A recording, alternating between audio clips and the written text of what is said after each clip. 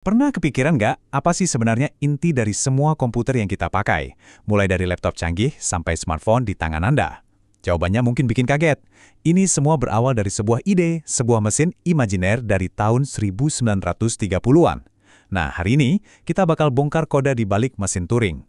Jauh sebelum ada chip silikon atau layar sentuh, seorang matematikawan brilian bernama Alan Turing justru memikirkan pertanyaan yang jauh lebih dalam. Apa ya, ada masalah yang emang mustahil dipecahkan oleh komputasi? Ini bukan soal seberapa kencang mesinnya loh, tapi soal batas paling mendasar dari apa yang bisa kita ketahui. Nah, untuk menjawab pertanyaan sepenting ini, Turing nggak butuh logam atau kabel. Dia justru membangun sesuatu yang jauh lebih hebat. Sebuah mesin di dalam pikirannya. Sebuah konsep yang kelihatannya sederhana, tapi ternyata revolusioner. Itulah yang kita kenal sekarang sebagai mesin Turing. Gini deh, biar gampang, kita bayangin aja sebuah kasir otomatis. Kasir ini spesial, karena dia bekerja ngikutin aturan yang super duper ketat. Nggak boleh ngarang sama sekali. Komponen pertamanya adalah pita. Anggap aja ini kayak struk kasir, tapi kertasnya nggak pernah habis. Panjang banget sampai tak terhingga. Nah, pita ini dibagi jadi kotak-kotak kecil, dan tiap kotak cuma bisa diisi satu simbol, misalnya angka 0 atau 1. Inilah memorinya mesin ini. Terus, ada yang namanya kepala baca tulis. Ini nih, kasirnya. Si kepala ini cuma bisa lihat satu kotak dalam satu waktu. Tugasnya cuma 3, baca simbol di kotak itu, nulis simbol baru, terus geser satu langkah ke kiri atau ke kanan. Simple dan sistematis banget. Nah, ini dia otaknya, aturan. Anggap aja ini buku panduan atau SOP buat si kasir. Aturannya ini spesifik banget. Contohnya, hei kasir, kalau kamu lagi lihat simbol 1, maka ganti jadi 0, terus geser ke kanan. Semua gerakan mesin ini ditentukan sama aturan-aturan ini. Oke, kelihatannya simple banget kan? Terus, mesin sesederhana ini emangnya bisa ngapain sih? Yuk, kita coba lihat mesin ini ngerjain soal matematika dasar. Oke, kita coba hitung 3 tambah 4. Di sistem ini, cara nulis angkanya unik. Kita pakai sistem yang namanya UNER. Jadi, angka 3 kita tulis sebagai 4 buah angka 1, dan angka 4 kita tulis sebagai 5 buah 1. Kenapa dilebihin 1? Anggap aja itu sebagai penanda. Nah, 2 blok angka ini kita pisahin pakai simbol 0. Sekarang, kita lihat prosesnya. Pertama, si kepala mesin jalan ke kanan nyariin pemisah 0 tadi. Ketemu? Oke, ganti 0 itu jadi 1. Sekarang, 2 blok angkanya jadi gabung. Terus, mesinnya balik ke awal, hapus 2 angka 1 buat ngoreksi totalnya. Kalau udah beres, kepala balik lagi ke posisi awal dan berhenti. Simple kan? Tiap gerakannya benar-benar ngikutin aturan yang udah kita kasih. Dan hasilnya? Di akhir proses, di pita kita ada 1 blok yang isinya 8 buah angka 1. Ingat sistem UNER kita tadi? 81 itu artinya angka 7, betul kan? Ini bukti luar biasa kalau tugas yang kelihatannya rumit kayak penjumlahan ternyata bisa dipecah jadi langkah-langkah mekanis yang super sederhana. Keren sih, tapi kan mesin yang kita bayangin tadi cuma bisa satu tugas. Satu mesin buat nambah, nanti bikin lagi mesin lain buat ngurang, dan seterusnya. Repot juga ya.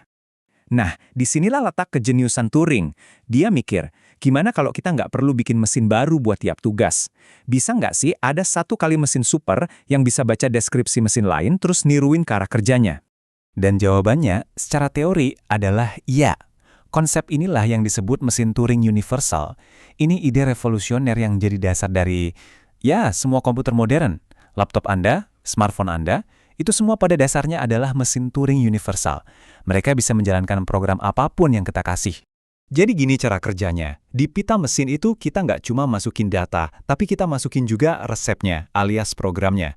Nanti si mesin universal ini bakal baca resepnya, terus dia bakal bertingkah persis kayak mesin yang resepnya kita kasih. Jadi kayak bunglon komputasi gitu. Bisa jadi kalkulator, pengolah kata, atau apapun yang kita mau. Oke, sekarang kita punya mesin super canggih ini. Kita balik lagi ke pertanyaan awal kita. Dengan mesin sekuat ini, apa masih ada sesuatu yang nggak bisa kita hitung?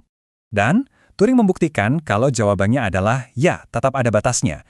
Dia menemukan satu masalah yang mustahil dipecahkan oleh algoritma apapun. Namanya masalah berhenti atau the halting problem. Pertanyaannya sederhana.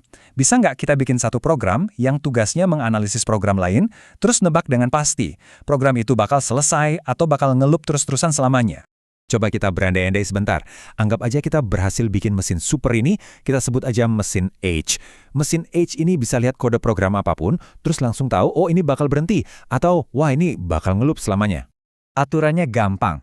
Kalau program yang dianalisis itu bakal berhenti, mesin H bakal ngasih output ya. Kalau programnya bakal ngelup, dia bakal ngasih output tidak. Kayaknya bakal berguna banget ya buat programmer. Nah, disinilah letak masalahnya. Sekarang kita bikin satu program baru yang iseng. Kita sebut aja program paradoks. Program paradoks ini kita suruh untuk menganalisis dirinya sendiri pakai mesin H. Kalau H bilang si paradoks ini bakal berhenti, maka paradoks sengaja masuk ke loop abadi. Tapi sebaliknya, kalau H bilang paradoks bakal ngelup, dia malah langsung berhenti. Ngerti kan masalahnya? Si mesin H jadi nggak mungkin bisa ngasih jawaban yang benar. Kalau H bilang paradoks bakal berhenti, si paradoks malah ngelup. Kalau H bilang paradoks bakal ngelup, dia malah berhenti. Apapun prediksi H, pasti salah. Kita udah menciptakan sebuah paradoks logika yang nggak ada jalan keluarnya. Kontradiksi inilah yang jadi bukti kalau asumsi kita di awal tadi salah. Mesin H yang maha tahu itu ternyata mustahil untuk ada. Jadi, masalah berhenti ini adalah masalah yang secara fundamental nggak bisa dipecahkan oleh algoritma apapun. Inilah batas kemampuan komputasi. Tapi, jangan salah, menemukan batasan ini justru bukan kegagalan. Ini malah jadi kemenangan terbesar Turing. Dengan membuktikan ada masalah yang nggak bisa dipecahkan, Turing itu ibarat menggambar peta untuk dunia komputasi. Dia nunjukin mana wilayah yang bisa kita jelajahi dan mana yang mustahil kita capai. Inilah yang jadi fondasi dari seluruh ilmu komputer modern. Jadi, warisan Turing itu jauh lebih dalam dari sekedar komputer di meja kita. Dia membuktikan kalau ada kebenaran-kebenaran di luar sana yang nggak akan pernah bisa dihitung.